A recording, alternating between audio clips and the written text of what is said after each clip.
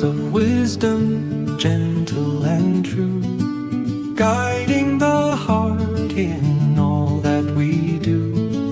Listen and learn, let patience grow. The elder's voice will help you know.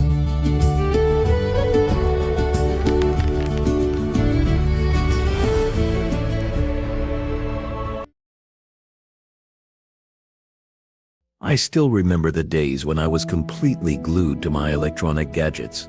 As a kid, I would spend hours on end playing games, watching videos, and scrolling through social media. My parents and grandparents often warned me about the dangers of excessive screen time. But I never listened. I was too caught up in the virtual world to care about the real one. Whenever they expressed concern, I brushed it off, convincing myself that I was simply relaxing after a long day at school. In reality, I was addicted. Over time, I began noticing the toll my dependency was taking on my emotions. If I couldn't get my hands on my phone or tablet, I became irritable and anxious. If my post didn't get enough likes or comments, I sank into feelings of worthlessness. Slowly, I withdrew from my family and friends, preferring the cold glow of my gadgets to the warmth of human company. My parents tried to talk to me, to understand what I was going through, but I dismissed them with a practiced "I'm fine." The truth was, I wasn't fine at all. The consequences extended beyond my emotions. My grades slipped, and I struggled to keep up with my schoolwork. Every time I sat down to do homework, I'd tell myself I would just take a quick break on my phone. That quick break stretched into hours, leaving me staring at unfinished assignments late into the night.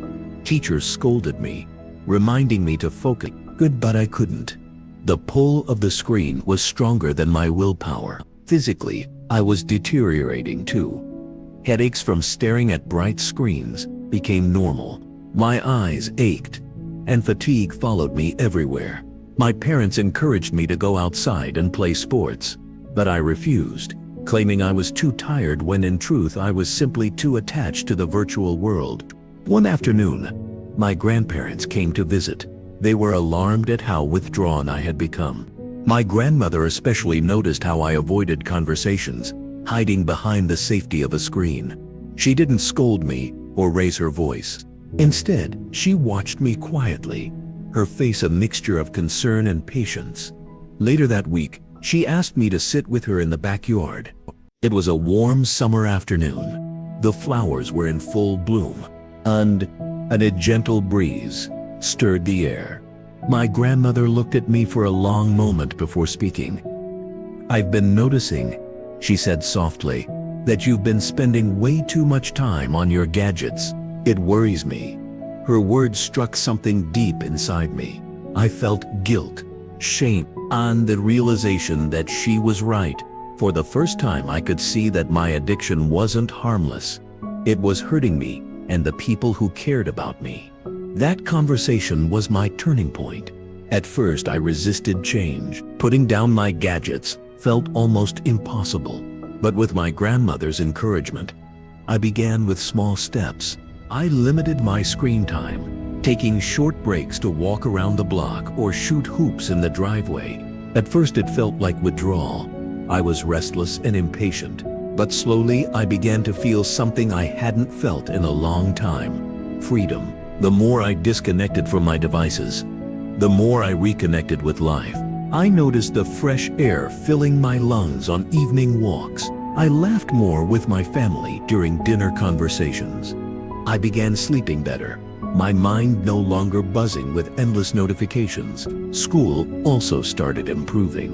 With fewer distractions, I found I could focus on assignments and actually enjoy learning. My grades began to climb back up.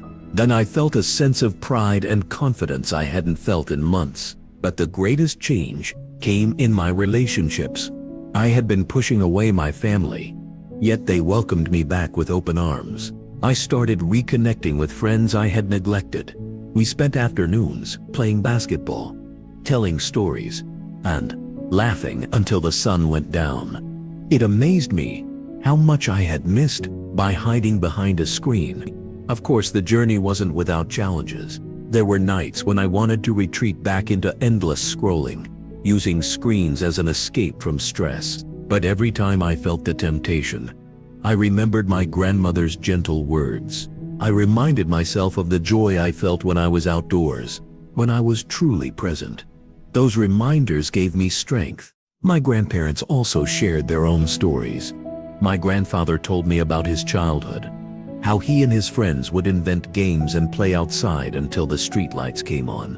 His eyes sparkled as he spoke, and for the first time I could see the joy of a life beyond screens. His stories weren't just memories, they were lessons, urging me to reclaim my own life. One of the most memorable experiences was going on a family hike. It was my first time in years truly immersed in nature. The forest was alive with the sound of birds and the rustling of leaves. Sunlight filtered through the trees, and I realized how much I had been missing. The world wasn't confined to a screen. It was vast, beautiful, kitchen of waiting to be discovered. Gradually, my entire outlook shifted. I no longer saw gadgets as my source of happiness. Instead, I saw them as tools, but not life itself.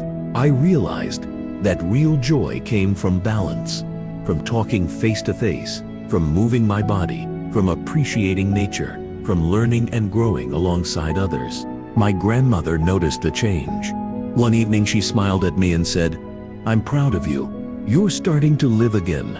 Those words filled me with pride, not because I had been perfect, but because I had chosen to fight for balance.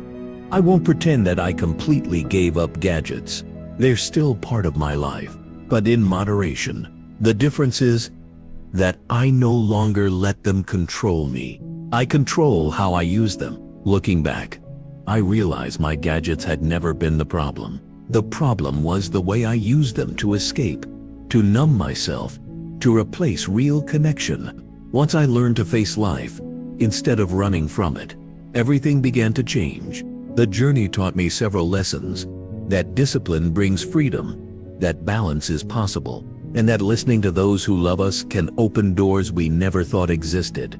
Most importantly, I learned that happiness doesn't come from likes or views, but from living fully in the present. Now, when I see other kids glued to their phones, I can't help but wonder if they too feel the emptiness I once felt. If I could speak to them, I'd say, step outside, breathe fresh air, talk to the people who love you. You'll discover a world more beautiful than any screen could ever show. And to anyone reading this who feels stuck in the same haze I was once trapped in, I want you to know that change is possible.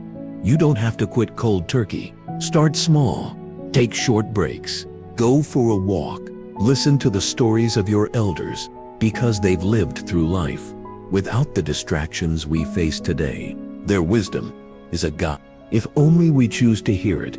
I used to believe gadgets were the key to happiness, but now I know they were just a distraction. True joy is found in balance, in connection, in living life one moment at a time. That's the path I've chosen, and it's a path I'll keep walking, one step at a time.